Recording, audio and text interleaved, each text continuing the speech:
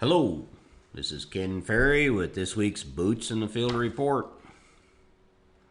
I hate to sound like a broken record on the corn disease problem out there, but in a number of fields, not only have the wheels come off the bus, but it's sliding down the highway on its frame, sparks are flying, and the kids are screaming out of the bus windows. These fields with heavy tar spot have gone from August 31st to October 31st in about 7 to 10 days. Fields that had a decent amount of green in them went dead brown in 7 to 10 days. These plants all died early, most of them before ever reaching black layer. With the unprecedented cocktail of diseases, along with the heavy pressure of tar spot, these plants couldn't protect themselves in that hot weather, and it killed them. Most of these hybrids needed another 3 weeks to finish right. Several of the fields that were in the past week are already rubbery cob, and they're setting in what I call that gray layer, a much lighter and thinner layer instead of the normal black layer. This is going to lead to some disappointing yield results for your D hybrids. You get most of your yield punch in that last 30 days of fill. September is the last 30 days of fill. If your corn is still green, the ear is upright, these have been some great ear filling and pod filling days that we're experiencing. Some growers have said it looks like harvest is coming quicker this year. We must have more heat units than normal. No, that's not the case. The corn died, very similar to a killing freeze September 1st. Stock quality is deteriorating fast. If your corn is dead and you're planning on waiting till October to start harvest, make sure you have a pickup reel and a set of end cones on your combine head. Not all fields are dead. Next to dead fields, we see these oases of green. Those photo perfect fields where the top is green and the husk is getting ripe, and they're just continuing to pound on the starch. This week we're in multiple fields with split planters. One hybrid would be dead, ears hanging, the other would be green and chugging along. As I survey these fields, the difference is in the amount of disease evident. Some hybrids are doing a definitely better job with the different diseases, especially southern rust. But the biggest factor is tar spot. This looks to be the disease that is blowing the wheels off the bus. In the lighter tar spot areas, we still have that cocktail of different diseases, but the corn seems to be hanging on much better. Normally when I talk to a grower and he tells me that the field is, was green last week and it's fallen apart in a week's time, I say, yeah, maybe you weren't here last week. But we've seen that ourselves in our plots as we fly drones on a weekly basis.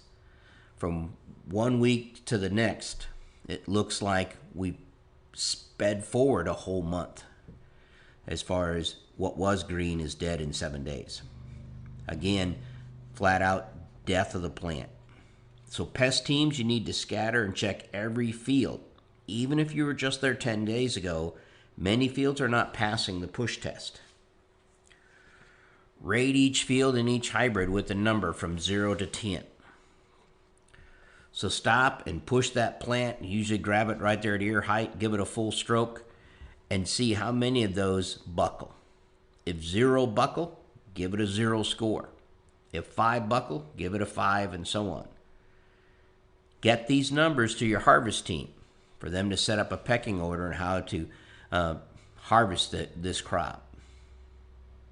This past week, we visited fields that would score a 10, meaning 10 out of 10 would buckle. Hard to believe, 115-day corn planted the end of April, dead and buckling over at September 7th. This same corn 20 days ago looked like it was going to kick it through the goalpost for yield.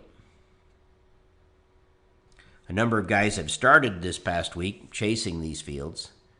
Here again, 115-day corn is testing in the mid-20s and coming out with the 50 to 51 pound test weights due to premature death.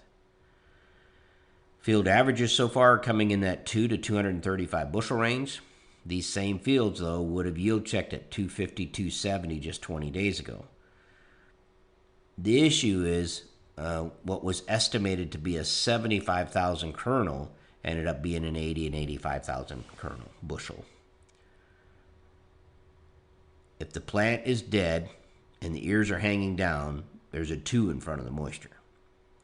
If they're green and upright, there's a 3 in front of the moisture, and it's usually not black layered yet. As moisture goes up on the monitor, growers are telling me the yield climbs right with it, and that would indicate it got further along before it died. Now, good news is it's still 200 plus bushel corn if it was sprayed with a fungicide. Last time we had full season corn dead the 1st of September was 2012, and we know what that was like. Some locations are dealing with some flat corn already with the spotty storms last week. As we slow down to pick up this down corn, though, keep an eye on the ball, what's ahead. Work with your pest team on what might go down next. Flat corn usually doesn't get flatter, so you may want to bypass it if the next field is a 10 and still standing. Get it while it's standing, and we can take a field out in a day instead of spending 4 days on the down corn. Then go back to that down corn once we get everything else that's in trouble cleaned up. Reports coming in from growers, the auto steer and the cones on the combine heads are really making a difference on this down corn. Had a variety plot come out last week. It went from 200 to 277.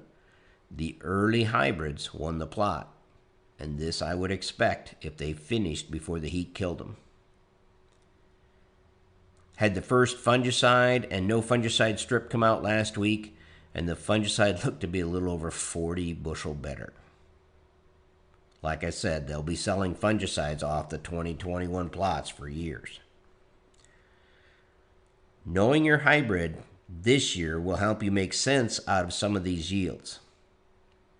bold L1 hybrids were crippled in the June winds, and the D hybrids are not getting the September fill they needed to give us the yields that we expect from them. Some hybrids are handling this tar spot better than others. We need to get your help to get our arms around this tar spot issue. We need to find those hybrids that are standing up better to the tar spot. So between your combine observations, your plant health photos, your drone shots, your scouting reports, your push test, let's keep track of which hybrids have done a better job in your farm. If you'll share that information with us, we can look through the hybrids from all the other growers as well and look for those repeating hybrids that look like they've done a better job. We can start to build a database on this disease until we get a better handle on how to handle it. Outside of the disease Armageddon, we're still checking some amazing yields. This has been a great September so far to pound on yield. I do expect several records to be set for farm averages and field averages. Usually we see our highest yields in the first 2 to 3 weeks of plot harvest. They tend to show up when we're harvesting the high moisture corn. This year, guys are chasing problem fields first, so I expect the bigger yields to show up midway through harvest. Growers are saying, man, these beans seem to be taking their time turning. This is true, but that's what we want. Let them pack on the starch during these great fill days. Fields that are turning are doing it pretty uniform. And that's also a good sign because they're doing it on their own terms. Stress is not pushing them from sudden death and clay knobs and things like that. Crews are getting ready for the plot harvest. I got a feeling the first half is going to be fast and furious, so the more heads up you can give us, the better we can plan. Soil testing crews are ready to chase those combines, so don't forget to call in those fields as soon as you knock them down. And let's get all your fall testing needs turned in now so we can be ready when the fields are harvested and stay right with the combines. To stay up to date, check out our website at croptechinc.com and subscribe to our podcast, Boots in the Field Report. Keep her safe, keep her moving.